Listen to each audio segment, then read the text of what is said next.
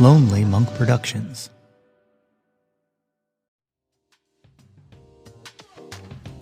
Yo, That's My Jawn is brought to you by Liquid IV.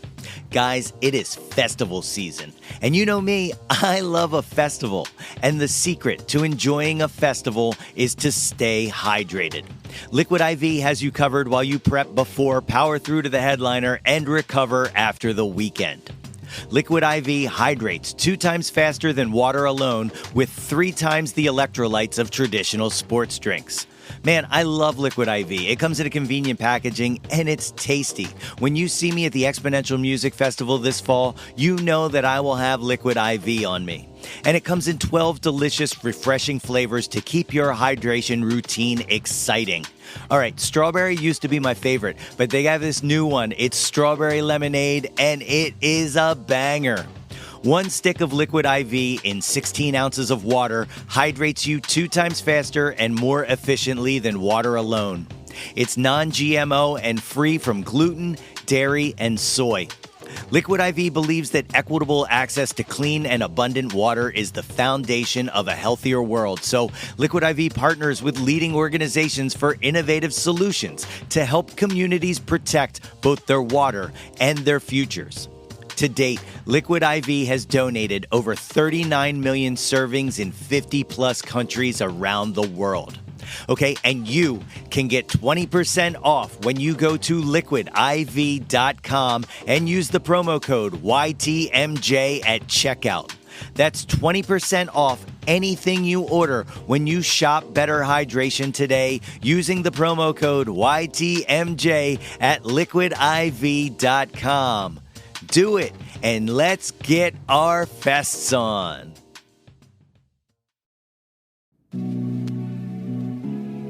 I don't know if y'all have heard Hot Don't Date a Musician by Dreamwife yet, but yo! That's my Jawn! That's my Jawn!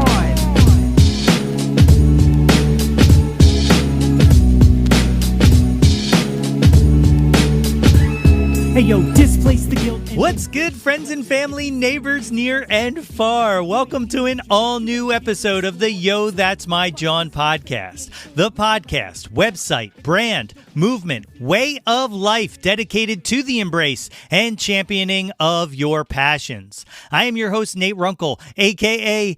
I thought about doing Jawn Musk here, but nah, fuck that guy, a.k.a. Nate 3.0, back at it again with yet another episode of the podcast. As always, I hope this podcast finds you all in good health and in good spirits.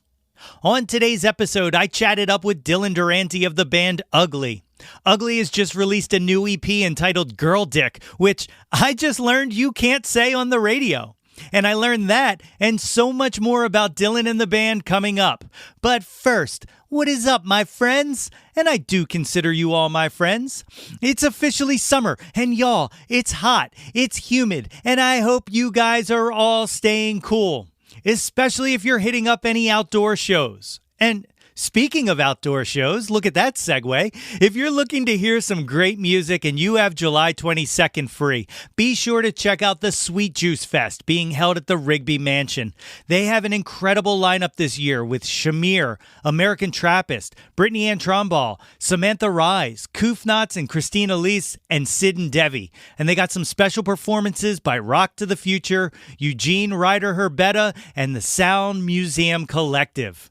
Sweet Juice Fest is a queer artist-led collective whose mission is to inspire community action and engagement through art, music, and joyful connection, engaging in practices that promote consensus, inclusivity, and belonging, with an emphasis on centering the voices of Black, Indigenous, people of color, queer, and gender-expansive artists and community members. Guys, it's a beautiful thing, and I hope you check it out. Tickets are available on their website at www.sweetjuicefest.com. And of course, if you're not on our mailing list, you are missing out. Short little updates about the show sent straight to your inbox. All the cool kids are on the mailing list, and you, my friend, I know you're cool, so you should join us. Visit www.yothat'smyjawn.com and sign on up. It's easy, it's free, and it will raise your social standing 35 points. You want some more cool points? Well, follow us on the socials at Yo That's My Jawn. We're everywhere. Well, okay, almost everywhere. I'm still trying to get that spill invite. So if you got one, send it my way. But yeah, all the rest, socials at Yo That's My Jawn. Give them a follow.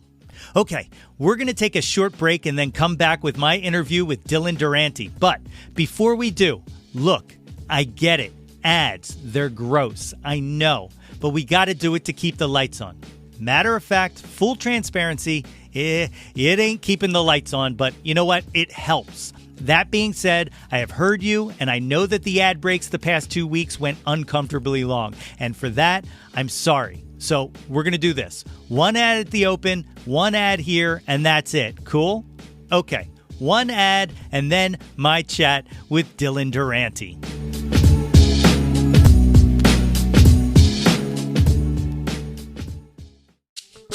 My guest today is the front woman of the band UgLi. Recently, the band released the EP Girl Dick, a 5-song guitar-driven force of nature built on the foundation that the band showcased on their debut album, Fuck. UgLi will be performing on July 15th at Ortlieb's alongside Waxjaw. Folks, it is my honor to welcome to the show, Dylyn Durante. Ladies and gentlemen, I am joined today by the great Dylyn Durante. Thank you for joining me today on Yo That's My Jawn. Oh, thanks for having me. Absolutely. So I'm absolutely in love with the new EP. It's absolutely phenomenal. And then just today, I got a chance to watch the key studio sessions that you guys recorded with WXPN. And oh my God, does it translate so well live?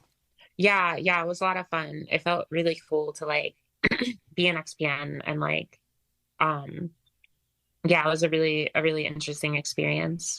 Yeah, and they seem like fans over there too, because like even in the write-ups they give you guys are you can tell their enthusiasm for your music as much as the way that I feel enthusiasm about your music. Oh yeah, Jawn and Paige are really, really sweet. They have like, I feel like they've been like writing about us for like 2 years now. They've been like very, very much along during the journey and always have the kindest words to say. And they're just very sweet people in general. So I think that's pretty accurate. Yeah, they're excellent over there. So I always like to start these things off taking it into the Wayback Machine and going back to being a little kid. When you were a little kid, like where were you growing up and what kind of music was playing around the house? I grew up like in South Jersey and kind of just like in and around the city pretty much like most of my life. I'd say like a majority of my childhood was in South Jersey. As far as music goes, like all sorts of shit, really. I have like this like distinct memory as a kid of being like driving around with my dad, when I was maybe like 8, and like the two things that he would play was like the uncensored version of Dr. Dre's The Chronic, and then also like I want to say like a Black Sabbath album, and I always felt like it was a very goofy dichotomy. And that, I don't know, for whatever reason, that's like a memory that pops up about being like young yeah. That's awesome. Were you into music your whole life? Like, was it always a passion for you? I think so. I've always really, really loved music. It always felt really important to me. I know I want to say like my grandmom told me when I was like really, really little, I used to always get really excited to sing Happy Birthday, and I would try to sing it before I like knew how to like speak well, and it would kind of just like come out as like gibberish with like the cadence.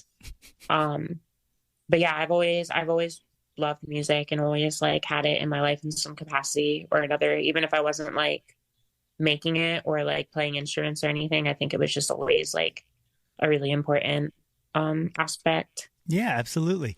Did you start with guitar as an instrument, or? I did, yeah. What age? Whatever age, like I think like 6th grade, okay. Maybe. Like I got like a little guitar, and just kind of like I had like one guitar lesson, like literally just one. And I didn't really learn anything.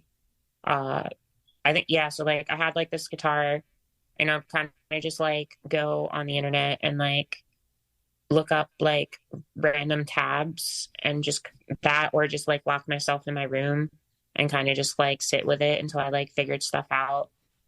I feel like it was like there's definitely like a big component of like around that age of it like being like a hyper fixation of just like spending like multiple and multiple hours in my room just trying to like figure out how it works and like stuff like that.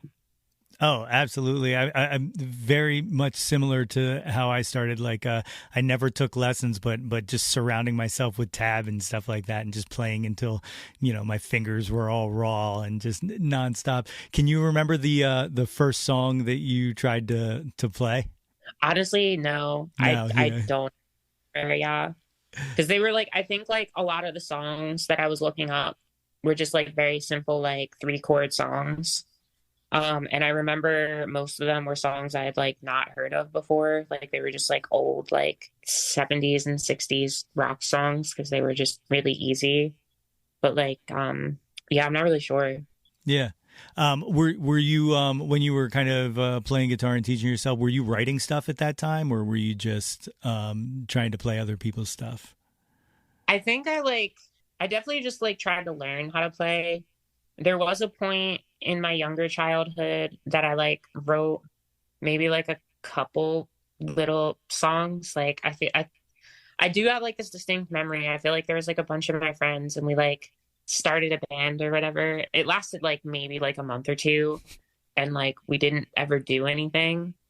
And I think we wrote like something silly, but I think that was pretty much it. I don't think I like actually legitimately wrote anything until I was at least like, I don't know, somewhere between like 17 and 19 probably. What kind of music were you attracted to at that time? Like I don't know, like all sorts of stuff really. I listened to like a lot of, I don't know, anything from like whatever was like playing on the radio in like the mid 2000s to like a lot of like older shit through like the lens of like my dad or like other people's parents. Definitely some like pop punk and like emo shit sprinkled in there and like yeah, like really whatever just kind of like felt good on my brain. yeah. I really just love consuming music and like I don't know, yeah. Yeah, it's crazy. Like at that time, how much like in those years, like how much wildly eclectic stuff was like on the radio, and like now I feel like it all kind of bleeds together at times and stuff like that. But like the 2000s was kind of like the last ditch of like just truly like next song could be something that sounds completely different than the one that played before it. Yeah. Yeah, I definitely have like a lot of memories of like radio and like CDs, being like a little kid with my mom and stuff before like streaming like really took over. Yeah. So you used to put on DIY shows. Like how did that kind of start? How did the idea of like let me put something together kind of enter your brain? So that was really my friend Johnny's like brain project. Johnny and his brother Casey are like two people that I grew up with for a really long time. And they had a house in Pennsauken. And I don't even remember how it like actually started. I think they just like randomly threw a show there one time and then it was cool. And then they kind of were just like, yeah, like maybe we could like start like a little house venue in Jersey because like there wasn't really like a lot, like you always had to go to the city. And maybe before my time, because Johnny's like a little bit older, he had talked about like how there used to be like lots of like venues and stuff like across the bridge, and like stuff going on, and that had kind of just like died off at some point, like whenever. But it was a really fun time of my life. Like it lasted a couple years and there's a lot of different bands that came through and I think it was like there was like about five of us that kind of like collectively ran and managed the space together. What type of bands were coming through? Like, what style of music were they primarily? I think there's definitely like a lot of punk bands, for sure, but I don't think that was like it. I mean, there was all sorts of shit that happened. Like we had stand-up comedy nights a couple times. Like we had some like hip hop shows. We had some like mathcore types of bands come through. I know at one point there was like a touring band from Canada that came through. There was this band, I forget. This band came through one time. I think it's the Estrogens. But they were going by a different name at the time. And they were literally like, God, they were like 14 years old.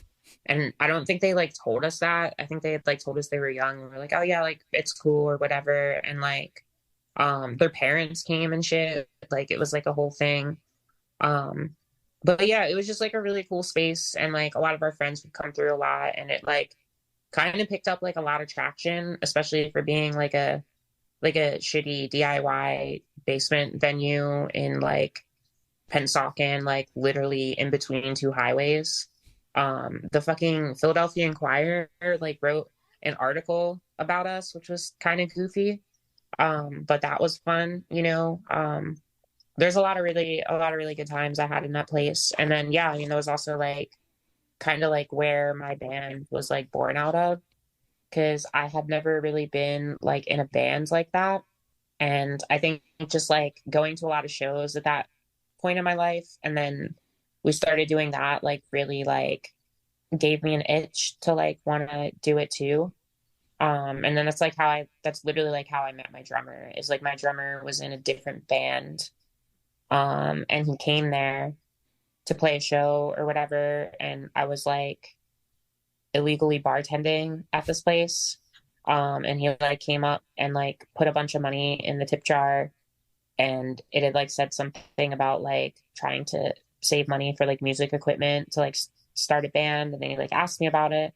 Then we like started jamming or whatever, like fall of 20, or no, like spring of 2018, maybe, I think.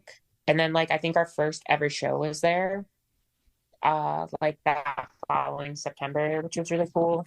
And that's like where we practiced at, because like it, you know, like I like basically lived there at that point. And like my ex at the time, while we were still together, was like living there. So like I was like there all the time, and like I grew up with both Casey and Johnny and like their parents and everything. So it was just like very much like a kind of like all in one kind of space for me for like a couple years. Yeah. So did you come into that with songs already written, or when you got together with the drummer, did you start writing together? I think it was like a little bit of both. I remember the two friends, the brothers that ran it, were like the original guitarist and bassist of the band. And basically like I remember like pitching it to them, and I was kind of like, I'm trying to start a band. And I've been like kind of writing some songs. And I just like want some people to play with. Like y'all don't have to like necessarily be in the band, but if you would be down to like, you know, like kind of like translate the shit with me, that would be really cool. So like I had like some stuff written, and I think like some of the songs were like old, from like being like, you know, like 19 or whatever. I think like most of those like never actually made it into anything. But then once my drummer joined, we like kind of got into stuff, and just started like writing a lot more and everything. The did the kind of connection feel natural immediately between you and your drummer? I mean, you guys are still going strong, right? Yeah, no, I love Teddy. Yeah. Like aside from being my drummer, we're very, very, very close. He's definitely one of my closest friends. Yeah, actually, the irony is that the first time we ever played together, I was dealing with like really severe, like I got diagnosed with panic disorder that year. And it had gotten like pretty wildly out of control. Like I was having like multiple, like very high severity, like panic attacks, like a day. And the first time that he ever came over to like meet up and like jam or whatever, like I was like in the midst of like having an anxiety attack, and I was like really embarrassed, and I was like, this dude's gonna come over and like never want to like talk to me or like being this band again. And then I like had a prescription for like benzos for like when my panic attacks got real bad, but I didn't like to take them a lot because like I would get kind of fucked up. And I ended up taking one. So like the first time that he came over and jammed, like that's like kind of how we wrote the one song Ativan on like our like demo EP. Because I was literally like fried as fuck on an Ativan after having a panic attack and couldn't really like speak or say a lot of words, and was kind of just like moaning and whining and like playing two chords just to kind of get a feel. Yeah. The with the did you ever, so I only asked this because it happened to me before, and it was one of the weirdest experiences I've ever had. But have you with that ever had a panic attack during a live show? Yes, I definitely have, actually. Like not in the middle of a set. My anxiety has been like drastically diminished for the most part. Like some phases of my life it acts up more, others it doesn't. One of my biggest stressors that I've noticed is if I'm like not taking care of myself, like if I'm not getting a lot of sleep and I'm not like eating well, and if I'm like just generally stressed out and I'm like smoking a lot of cigarettes, like that will definitely lead me to having more. And the one that I can think of is like this one time it was like our last show from tour last year, and it was like at this place in Jersey, like the middle, like Mays Landing or something, and it was like literally like the last show we had on the docket for like the whole tour. So like I hadn't rested well in what had been like literal weeks. Like we'd played like 20 shows within the last month. Like I'd been everywhere from like Wisconsin to like New Orleans and Florida and like everywhere up and down in between. And I was like on no sleep and like just weeks of deteriorating from the road and like, dealing with like a tooth infection on top of all of that. And I had like severe panic attack. I thought I was gonna have to like call like an ambulance. Like I thought I was like passing out. And it was just like that bad that I was like, I was like with like my band and like a couple of friends and like my partner at the time, and I was just like, yeah, I was like, I feel like I'm gonna like pass out and like I can't breathe and all this shit. And then we like had to like push our set back a little bit, and then eventually it was fine, and I like got up on stage and was like okay. But it was kind of embarrassing, especially because like I just like my eyes were like bulging and I'm like walking around this like venue and like just kind of looking like distraught. And I didn't like that we had like had to like have accommodations and like cut our set short on top of it, and it just felt like very but I felt like that was also like my body's way of like telling me that like I needed to rest, because I had like literally not rested well in like a month straight. And it was the last show, so like I remember like literally like right after performing, me and my drummer drove back to his house and like ordered a pizza and like turned the lights off in his living room and just like watched movies and ate pizza and just chilled, because I was just like so spent from like that whole ordeal. But yeah, it wasn't fun. Definitely not. No. No, it was weird. That I have panic and anxiety attacks. I haven't in a long time, and I should probably knock on wood. But I had one on stage mid song, and I finished the song, and then literally thought I was going to have a heart attack, die, and everything right there. And I was like, well, if I go out, at least I went out on stage. But luckily, the venue was cool with me taking just a small break. I took a break, I went in the back room, and I ate the most amount of combos I've ever eaten in my life, and they were the best combos I've ever had, I think. Yeah, panic attacks suck. Like I feel like anybody that's like never had them, like you don't realize like how physical it actually is. Like it's less about like your head freaking out, because like that's when I got diagnosed with the panic disorder, I think that was like the most frustrating thing, because it was like psychologically, like I know that I would be okay, and I'd be like, yeah, like nothing's about to happen, but like physically, yeah, like your breath gets really shoddy and you can feel your like eyes rolling back and your heart is like 200 plus like beats per minute. And it literally feels like you're having like a heart attack and you can't really talk yourself out of it. You can just be like reminding yourself like, okay, like it's going to fade and then I'm going to feel fine or whatever. But like at the time, like, you know, and then you start to spiral and you're like, damn, like, what if this actually is the end? Like, what if like, because my body is reacting in this way that feels like not normal, or whatever. And yeah, it sucks. And they're terrible. Yeah, the brain is a tricky thing there, and not so fun. So you guys did the first EP. Where did you record that at? We literally recorded that at the venue space. Like same thing, kind of like DIY. My friend Nick May like recorded everything and like set everything up. Like and it was basically just like a demo kind of vibe because we didn't have any music out and like we'd only played like a couple shows, so we were like we should like at least have something out. And yeah, we did it in like literally like a day. Like I think it was my birthday, if I'm not mistaken. Like I'm pretty sure my birthday of whatever year that was, like 2019, we just like sat in the basement for like 12 hours and just recorded through like a 4-song. Like we didn't even play to a click. Like we just kind of like just threw it together and then that was that. Sometimes I like forget that it actually exists too, because like it really wasn't much. It was just like something for people to like cling on to, at least until we like started recording the album and everything. Yeah. So so leading into the first album, the beautifully titled "Fuck." It sets me up to ask one question, and it's thematic through not just the name of the band, not just the name of the first album, but the recent EP. My question is capitalization and lowercase.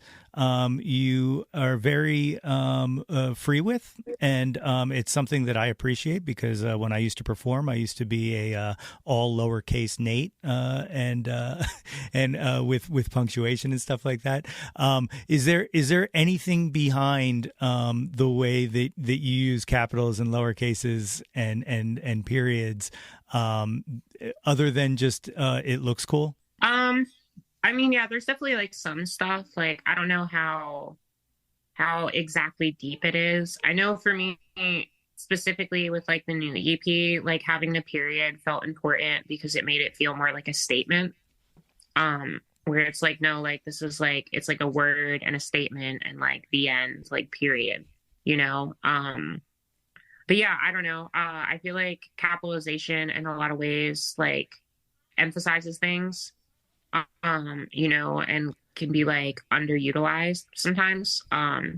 Where like I feel like fuck in all caps hits a lot different than like fuck in lowercase, or then like fuck with just like a capital F. Like they all kind of like have their own distinct like unspoken meanings, even if we don't really think about it, you know. And I think it's just like a fun way to kind of like play around with stuff and like gives you like an ability to like more like thematic structure to like other titles and things like that.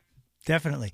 Did titling it "Fuck" present any problems getting it listed, like streaming or anything like that?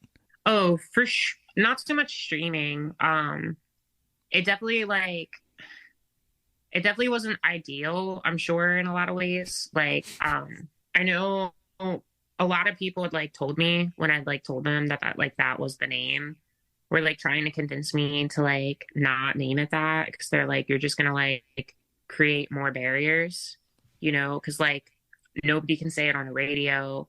Like certain things, like I know we got like you know, shit gets flagged all the time on like socials for certain things like that, like which fuck, like it happened sometimes, like specifically with the new EP. Like there's been times where like I literally just like share the Spotify link and like the shit gets taken down, or like, you know, like everything has to be like censored as like potentially like, you know, sensitive content because like of the words girl dick. And like yeah, it definitely creates some barriers. But like I feel like for one, I think it's stupid. I think that language for a reason. And it was never meant to be in any sort of like pushing the envelope kind of way, which I feel like maybe some people interpret it as that sometimes, but it's just, like just like words that are in my vocabulary that I use a lot and that have like significant meaning. And like, yeah, I feel like also just like being who I am, it feels like important to be able to like use these words and use them in a way that feels like important and like powerful to me. But yeah, it definitely causes issues. Like that's for sure. Like, yeah, I mean, like they can't, like I know I like talked about it with like Jawn on XPN where like we couldn't say the EP on the radio. So we Really? just have to be like, oh, like UgLi's new. Yeah. I mean, you can't say girl dick on the radio, I guess, because of dick or whatever. So do like UgLi's like new upcoming EP. And like, I think that was the same thing with the album, like UgLi's new album. Cause it's like an, curse word or whatever, like stuff like that. And like, I assume that it also gets listed as like a, like an explicit kind of thing as well. And like, yeah, but I don't know. I mean, that's the whole point of art too, I feel like, is to kind of like re-examine these things and like why they like matter so much or don't matter so much, or, like seem to like create like ripples of tension. Yeah, it's weird. I mean, it's weird to me because, like, all right, I get you can't say fuck on the radio, but, but girl dick, like, regardless of meaning, just doesn't seem like anything that would have to be censored. That's just completely blows my mind that they can't say that on XPN. Yeah, I think I don't know. I assume it's just like, I don't know. I'm sure it's like a probably blurred line. Like I'm sure there's not been like many opportunities that's really even like crossed paths. But yeah, I know that anytime we like post about it, like shit potentially gets flagged. Like the album cover itself on the EP gets flagged a lot as like nudity, which is funny because it's not even nude. But yeah, it's definitely been like we could never run like ads on it or something. Like it would never, like we would never be able to do that. I know that for sure. No, it's so bizarre how just the weird things that we try to hide and censor. It just doesn't make sense. So fuck was was done at the Gradwell house and was the first time you worked with Dave. Is that right? Yeah, that was the first time we worked with Dave. The first time we recorded anything professionally. The first time, recording an album really like that too. It was a very, very long and fulfilling and very exhausting experience. But Dave's great. The Gradwell house is also great. That's actually like where our practice spot is too. So like that felt nice because like we literally practice in like the downstairs area and then, would like go upstairs and record. And it was just really cool to like have that as like an experience. I feel like I learned like a lot like over the course of like doing the album, especially that like carried into like recording the like newest EP. Like I felt like we took like a lot of knowledge from like the last time around, and we're able to use it in ways that like I don't think we really knew before. Yeah, what do you think the like what were some of the kind of tips and tricks that you learned, like mostly time management stuff? Or time management is definitely a thing.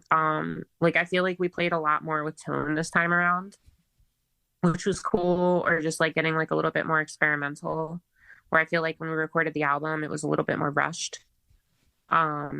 Just because like we just like wanted to get it done or whatever, and like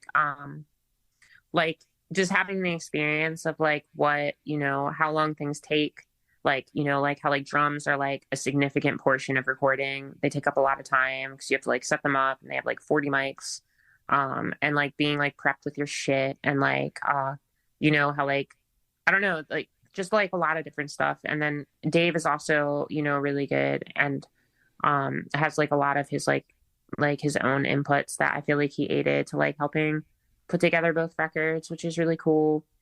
And like Matt Weber at the Gradwell house also was like a recording engineer.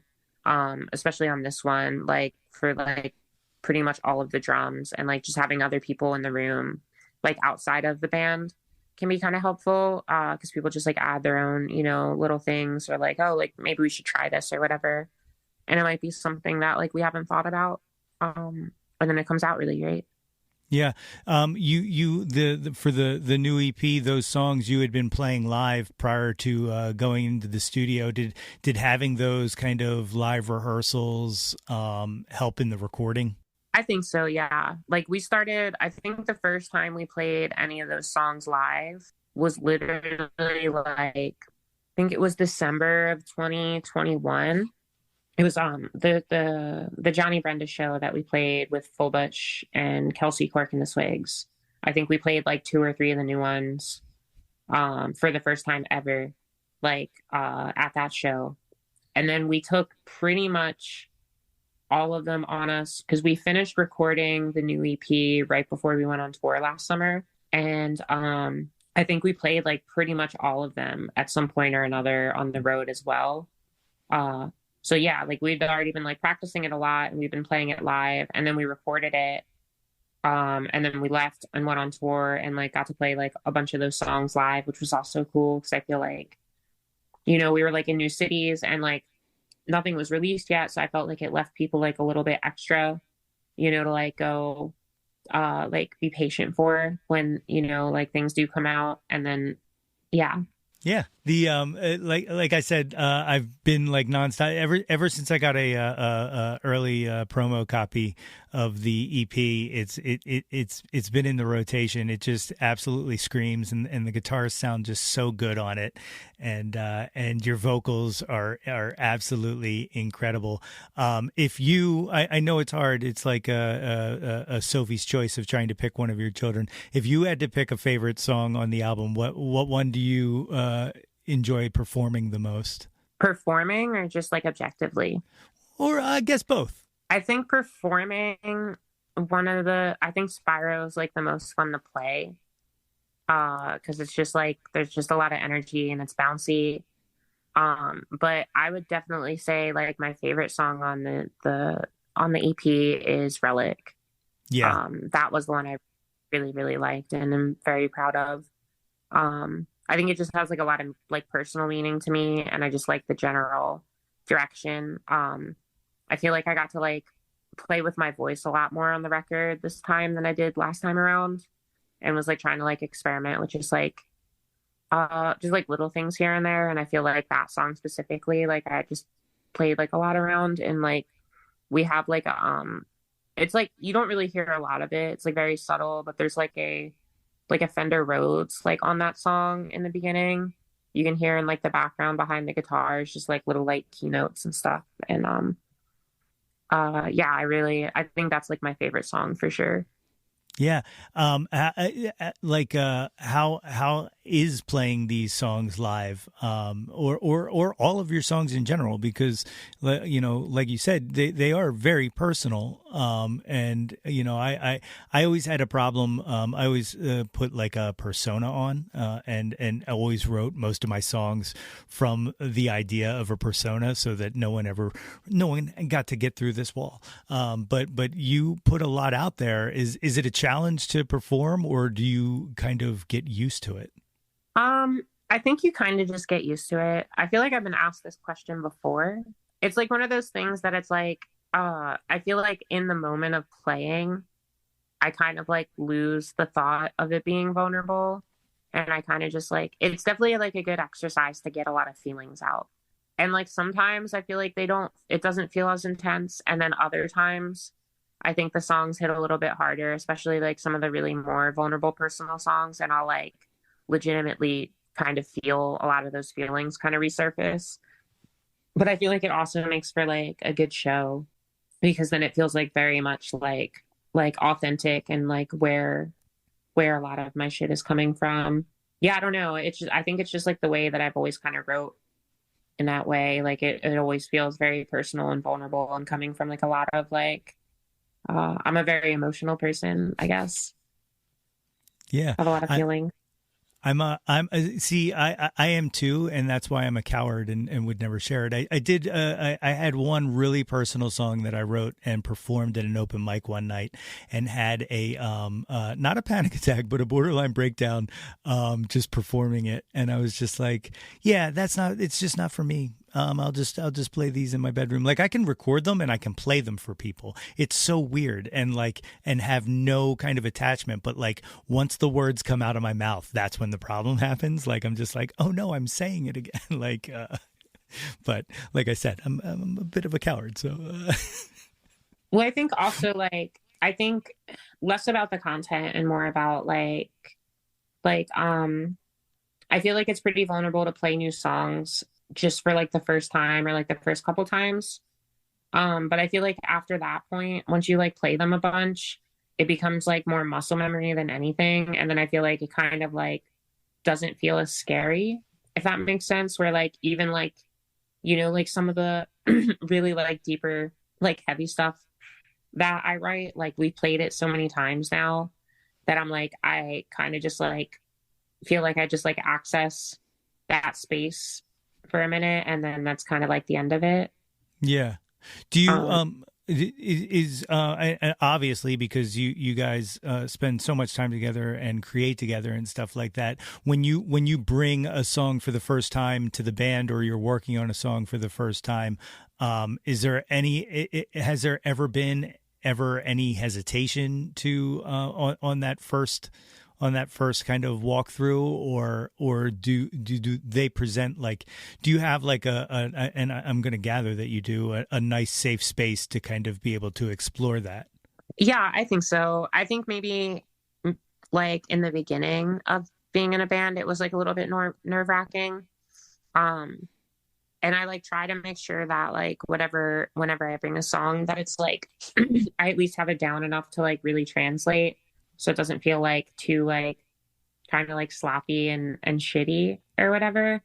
But I don't think that anybody's ever made me feel like uncomfortable about any stuff like that. I think like at most, like I just like avoid eye contact, which is something that I kind of do in my day to day, and then also especially on stage. And I think that helps a lot, or like just like closing my eyes helps a lot.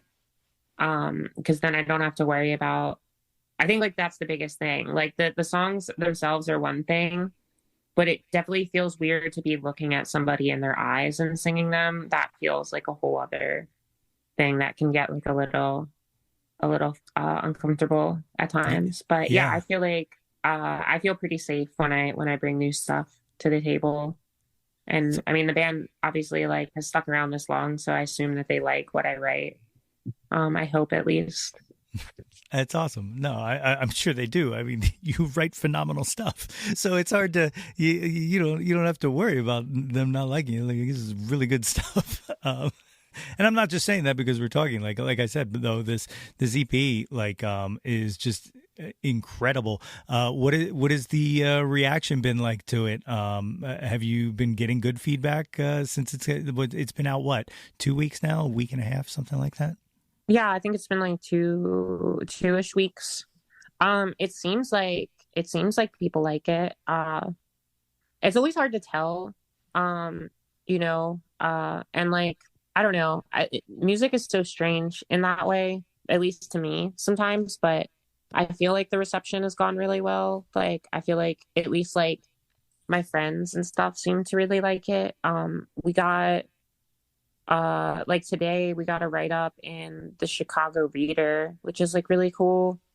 Like somebody like did like an album review on their like edition for whatever edition today was, and there's a lot of like really nice words in that, and like the other write-ups that we've gotten have seemed to have like really nice words. And then we had the release show at Repo, and that was a lot of fun, and like it seemed like everybody had a really good time. So I would say it seems like the reception has been overly positive, at least. I think so. I don't know. I hope people like it, I guess. Yeah, no, absolutely. Are you guys touring this summer, or? I don't know if we're gonna tour this summer, but we're definitely gonna be touring soon. It might just be like closer to the fall. Okay. I think like, we have like a lot of things to gather, and um it is a very extensive process to tour, especially being like a DIY unsigned band with four people. That like, I mean, like we don't really make money through music either, and like we don't have any management or anything like that. So it becomes like a very big ball of stress to really put together. But yeah, like definitely touring again soon. It's definitely on the docket. I like touring. I think it's a lot of fun. I wish I could do it more, to be honest. Yeah, it's awesome to be able to like go into it's like a fighting in a foreign land. It's like go into and it's like, all right, hopefully we show up here and we make some new friends. Like that's how I always used to feel when I used to go out and jump in the van and just kind of explore, musically explore. Yeah, I mean, you get to like see, like when we toured last summer, I went to like a bunch of cities I'd literally never been in my entire life. Like I think like pretty much all of us had like been places we had never been. And like you meet bands that you like may otherwise never meet. You definitely meet people that you're like, I might literally never see you again in my life. And like this is just like this like shared like special moment that we have like a night together to like, like just be in like the same space for whatever reason. And I think one of my favorite things about touring too is I feel like it's the most like clear and honest reaction to people absorbing your music, where like I feel like playing at home like is great, and like like I love playing here, and I love being here, and I love my friends and like all the people that I know. But like, like sometimes like people are gonna just either like tell you that you did good for whatever reason, or like um not even so much that, but like I feel like there's just like, it's like home or whatever.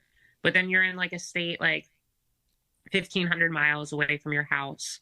You don't know a single person there, and like there's three other bands on top of that. So like nobody has to stick around to watch you.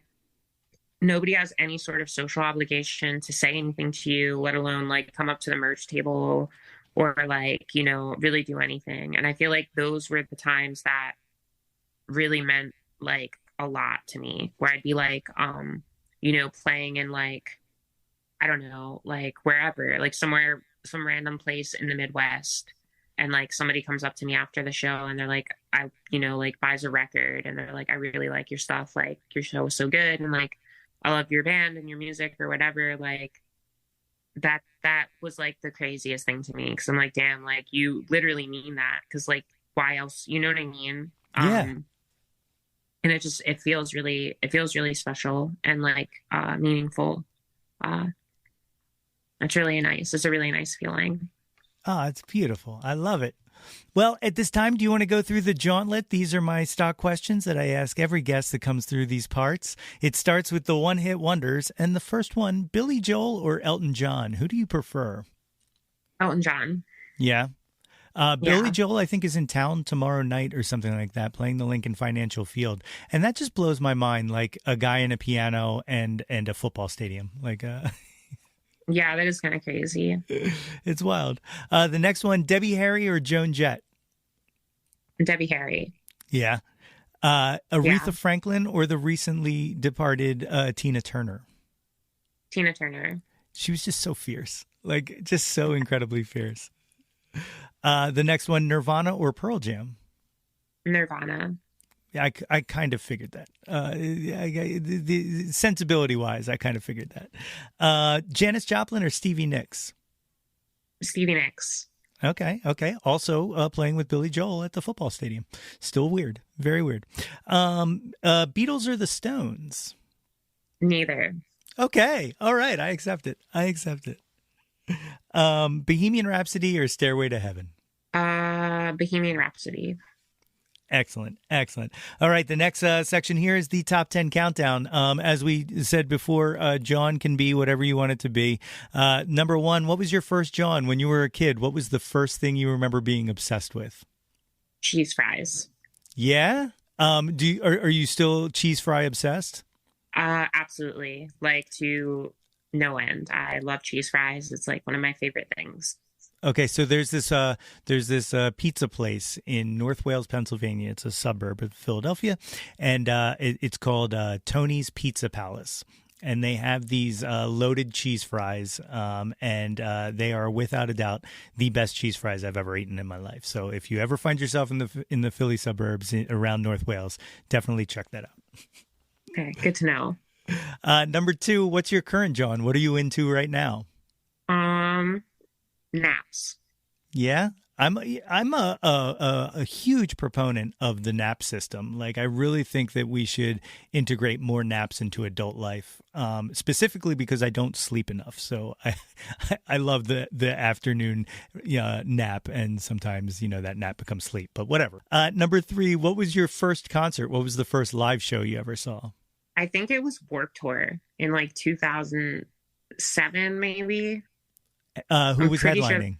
I couldn't even tell you. I was there in a skateboard contest, which is how they went. And then I was just at Warped Tour, and I remember like bouncing around. I know there was definitely like a bunch of like big name bands that played that year. I just don't remember. I was like probably like 12 years old and literally hopped up on like unregulated energy drinks with a skateboard. So that's incredible. It's really interesting that you say that, because I was going to say this earlier and it completely slipped my mind. But listening to the EP, one of the main thoughts I had was when I first heard it was, God, I gotta put this on headphones and go out skating. Like it feels like a skate record to me. That's fun. I like that. I hope people skate to my record. Yeah, man, it's absolutely beautiful. Number four, what was your last concert? What was the last concert? I think it was a show at Ortlieb's. I think it was called Lavender Menace Fest. It was just like a bunch of like, it was like a pride, like queer fronted band thing that like a couple of my friends' bands were playing. I think that was the last show I went to, if I recall. It was like a week or two ago. Okay. You guys are playing Ortlieb's, right? The 15th or something like that coming up in July? Yeah. We're playing, July 15th. Excellent. See how I segue that in there perfectly? It's years of podcasting will get that to you. Number five, what was your favorite concert? What was the best show you ever been to? God, that's so hard. I feel like it changes all the time. Most is my answer. I would say like not all, because I've definitely been to some concerts that have sucked, but I would say most concerts are my favorite. Feels like way too hard to pick. That's awesome. No, it's a beautiful answer. I love it. Number six, who have you never seen live that you wish you would have? They can be living or dead. I don't know. That's a good question. Like there are like, I really want to see Wednesday, but I'm literally seeing them on Saturday. So I feel like that it feels like a weird answer because like I'm gonna see them anyway. It counts for 2 days. Yeah. Who's dead? That would be cool to see. I liked Soundgarden when I was a kid. I think it would have been cool to see Soundgarden when Chris Cornell was alive, I guess. Great answer. I love Soundgarden, and I think I might have said this on the show before, but people didn't hear it. But when they did, or Chris Cornell, right before he passed away, they did a Temple of the Dog reunion tour. And I was going to go, and something else came up, and I was like, I'll catch Cornell the next time he comes through. And then he passed away. And so I never got to see him live, and I kick myself daily for that. Yeah. You never know. Yeah. Like, and I can't tell you how many times that's happened where I'm just like, I'll get them the next time. And then, so you should always act on those impulses when you have them. Number seven, name an unappreciated Jawn. Name something, anything you wish more people knew about. Unappreciated Jawn. Me. I'll take it.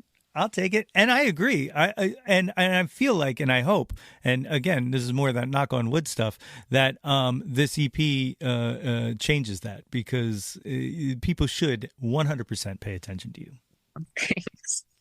Number 8, what's your favorite album? And I know it's a tough one, but I can't even answer that. I would feel dirty picking one. Even that response is a good response. I'll take it. Number 9, name an artist whose output you'll consume anything they release. Wednesday, for sure. Yeah. Yeah, they're definitely in like my top favorites. I dig it. I dig it.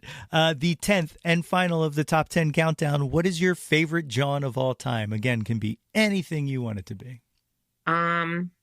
Sex. Yeah. Yeah, it's a good answer. Yeah. Gay sex. Right on. Right Queer, on. Trans sex. That's my I love answer. it. I love it. Beautiful answer. So, are you guys working on new material? I know this just came out, but or do you have a follow up stuff already in on it? Yeah, we have a bunch of new songs. We played, I think, like 2 new songs at the release show, which was a lot of fun.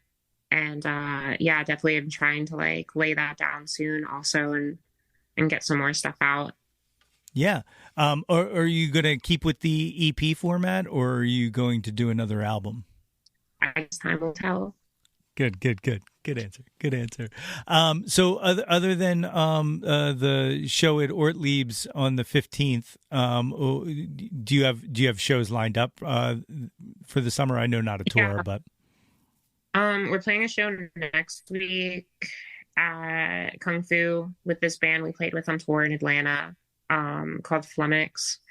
Also on the 15th, it hasn't been announced yet specifically, but we're supposed to play this thing at the William Way Center. They do like a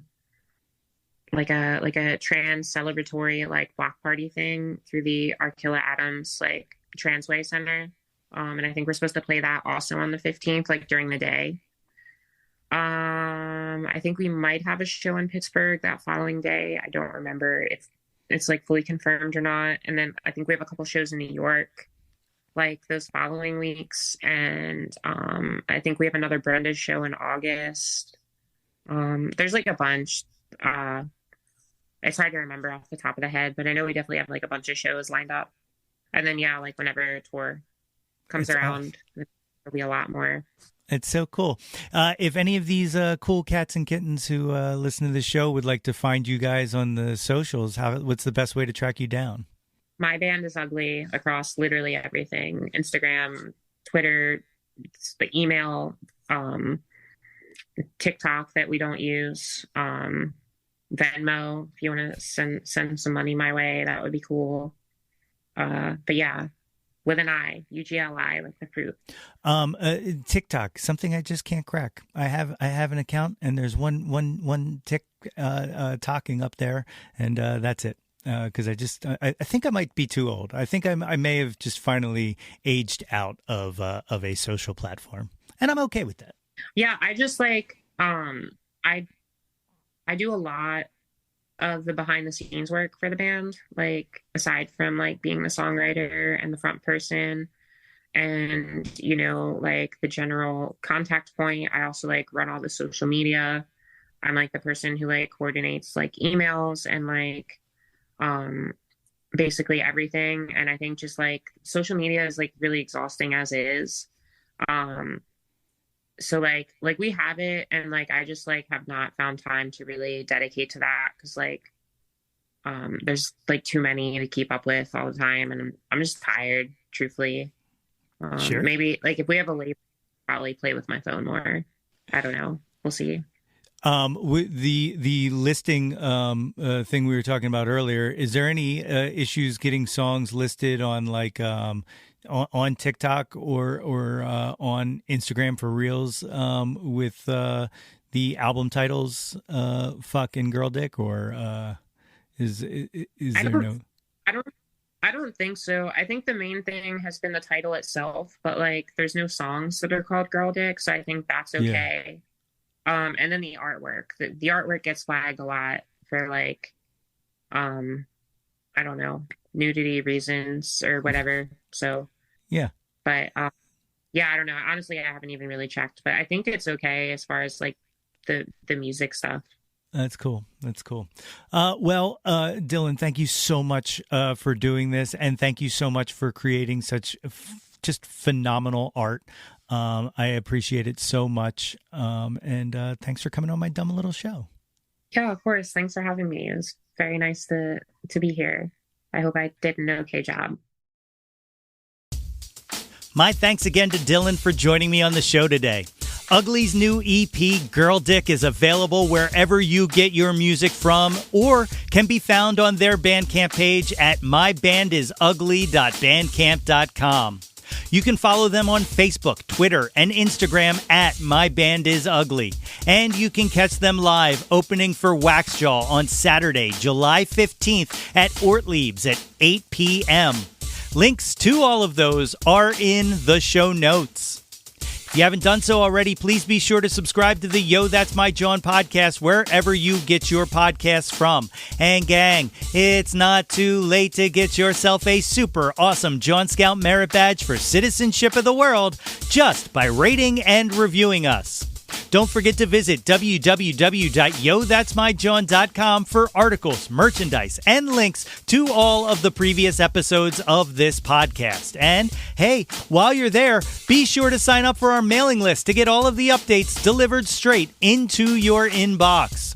Like us on Facebook at facebook.com/YoThat'sMyJawn for updates and live streams. Follow us on Instagram and Twitter at Yo That's My Jawn, and search Yo That's My Jawn on YouTube to find the Yo That's My Jawn YouTube channel. Like and subscribe the heck out of that ish. We want to hear from you. Reach out, and touch some Jawn. Oh, yeah. Another episode in the books. Blue skies. Until next time, everybody. Hey yo, displace the guilt and embrace the pleasure. Your taste in music doesn't have to be Yo, That's My Jawn is a Lonely Monk production, written and produced by yours truly, Nate Runkle. Theme song by Phil Tyler Music featuring Nate 3.0. Special thanks to Fox Run Brands, DX Ferris, Andrew Scott, Natalie Runkle, and the incredibly brilliant and wickedly stunning Katie Daubney.